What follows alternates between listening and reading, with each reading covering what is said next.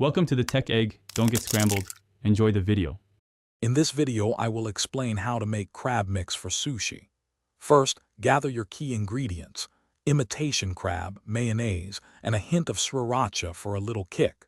Make sure your imitation crab is thoroughly drained and shredded into small, manageable pieces. This ensures a smooth texture in your final mix.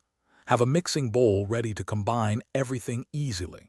Let's get started on this simple and delicious recipe. Now let's get to the preparation. Take your imitation crab and shred it very finely. You can use your hands to pull it apart or a fork to flake it into small strands.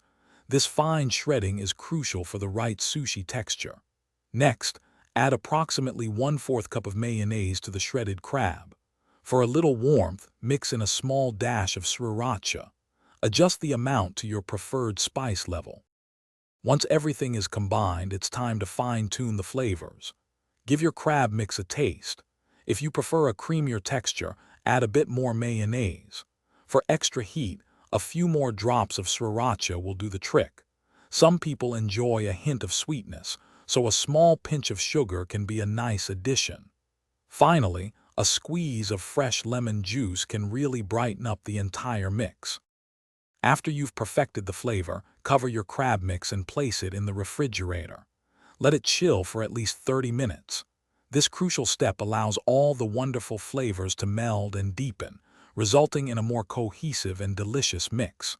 Once chilled, your crab mix is ready to be used in your favorite sushi rolls, hand rolls, or even as a delightful topping for other dishes.